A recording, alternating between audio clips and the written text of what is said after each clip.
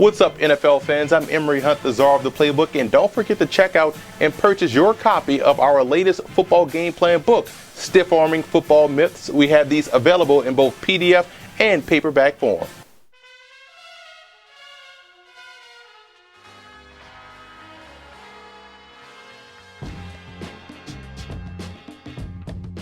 For the Seahawks in this ball game, I would combo cover Greg Olsen, the tight end. In my opinion, that's their number one option, the guy that can get open amongst zone and or man coverage. So you have to combo cover him and trust your corners on the outside to take away the wide receivers. And I will go with more push versus pressure. We talk about this anytime you're facing a mobile quarterback, and Cam Newton is one of those guys that can do a lot of damage on the ground with his legs. And you have to slow the game down. Don't try to play that up-tempo style that you tried against St. Louis. Slow the game down. Stay within yourself. I think that's how the Seahawks can have some success this week versus Carolina.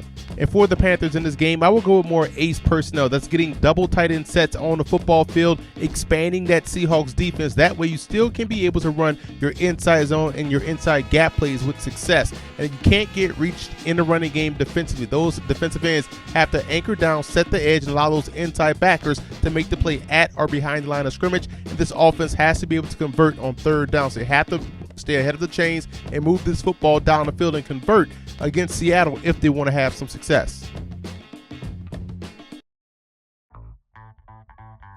This week versus the Carolina Panthers, the Seattle Seahawks have to make sure they win in the red zone versus a very tough Panther defense. I'm show you how they can do so out of the ace formation. What I like about the ace, it balances out the field, it expands the defense, and it gives you options to both sides because you're equal to both sides. Tight end receiver, and the back can go either way. So what we're going to do here is try to create an opportunity for Russell Wilson to have the back out in the flat, but also be able to find a quick play with the receiver over here. And we're going to bring him in a short motion. And what we're going to do at the snap of the football, we're going to have the tight end arc up and take that safety out. Again, shooting to the corner. Always want to have the tight end going against the grain. Pulls the safety. They have to respect that. And what we're doing with the receiver, he's going to work up and he's running the pivot route. Some may call it a whip route, but we're going to call it a pivot route. And we're going to send the back on the flare route as well, trying to pull this backer out of the place, this Mike backer or this outside backer, depending on the responsibility. And what we're doing on the backside, arc up, combo, and we're going to run this, your basic curl flat combination. This is one of the more unstoppable plays in football, your curl flat combination. Boom. So this is where you really want to go weak side because you have the curl flat combination. This window is a huge window because you have the tight end. You have the numbers over here. The tight end is going to have to get covered by this backer, creating the window, like I said, for the comeback route. And that's why you send three guys back this way. If this is covered for some reason, now you can go front side where you have the corner and the whip or even the swing. So that's one way the Seattle Seahawks can have some success this week in the red zone versus the Carolina Panthers. This week versus Seattle, the Panthers have to make sure they convert on third and medium, and I'm going to show you one way they can do so off of play action, utilizing two whip routes on the inside. Show you what I'm talking about here. Tight to the line of scrimmage, we're going to fake the inside zone right there. Newton is going to drop back, and we're running two whip routes with the slot receivers. But what we're doing on the outside, we're going to send these guys to the post. Trying to get that post going, trying to pull those safeties, because what we're doing underneath is bring these guys, showing the illusion as they're going to dual cross, but they're whipping right back out to the flat. Boom. And now off of play action, running back checks protection, and he's going to be that safety valve right over the center. So you have your check down, you have to either side you can go to with the whip routes, you have your clear out routes, which are your post patterns, trying to pull both safeties out of the way so you can work underneath. And that's how you can convert on third and medium if you're Carolina this week versus Seattle, because you know what you're going to see. A lot of cover three, a lot of cover one.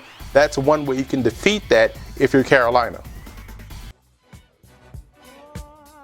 Last week versus the Cincinnati Bengals, the Panthers had problems facing that cover three defense of the Bengals. They were able to get aggressive. You see right there, three guys back deep, two guys underneath, and possibly two blitzers coming down that A gap, trying to force Cam Newton to make a quick decision. The Seahawks do a great job of running this defense, and right now the Panthers don't have the guys on the outside, the flanks, to be explosive enough to threaten the zone. And this is a cover 3 shell defense, which means you're going to have that shell coverage underneath those 4 guys underneath, possibly 4 guys. 1 guy may be a blitzer and 3 guys deep down the field. So again, Seattle has to find ways to apply pressure, and playing this shell coverage versus Carolina could lead them to success this week versus the Panthers.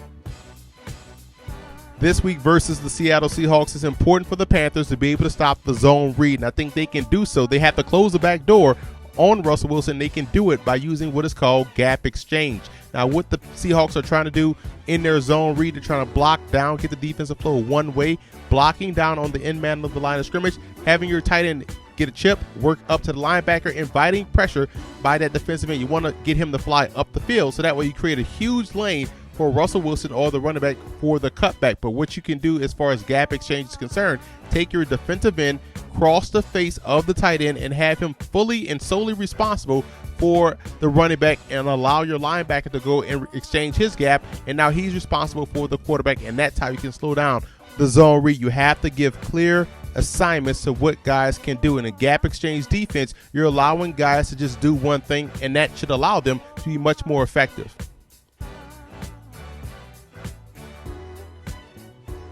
The biggest X factor in this football game for Seattle will be their linebacking core. Bobby Wagner and company will have to be impactful at the point of attack. This is a team that loves to run downhill. They're going to see a lot of downhill running, a lot of power game. And if they're not ready to meet these guys at the line of scrimmage with bad intentions, they could struggle. And the biggest X factor for the Panthers will be their receiving core. They're facing their toughest test of the season versus Seattle's secondary, and they have to find ways to consistently beat one-on-one coverage. They have to get open in those zones and have to make plays consistently in order for this passing game to have a chance this week versus Seattle.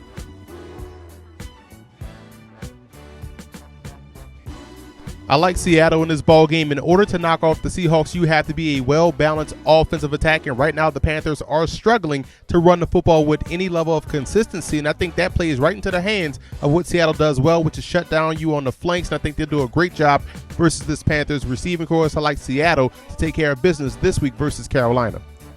What's up, fantasy football fans? I'm Emery Hunt, the czar of the playbook. For all of your starts, sits, fantasy football notes, news, and tidbits, tune into our podcast, Football Game Plan Starting Lineup, every Wednesday at 8 p.m. Eastern Time on our Football Game Plan Radio Network, which is located at blogtalkradio.com/footballgameplan. And don't forget to check out Football Game Plan's NFL Wraparound live every Sunday at 9 a.m. Eastern Time at blogtalkradio.com/footballgameplan, where we give you all of our late-minute and last-minute notes, news, and tidbits and thoughts on each and every game on the NFL schedule. And I want to give a huge shout-out to Seahawk fan forums and Panther fan forums for always showing Football Game Plan support.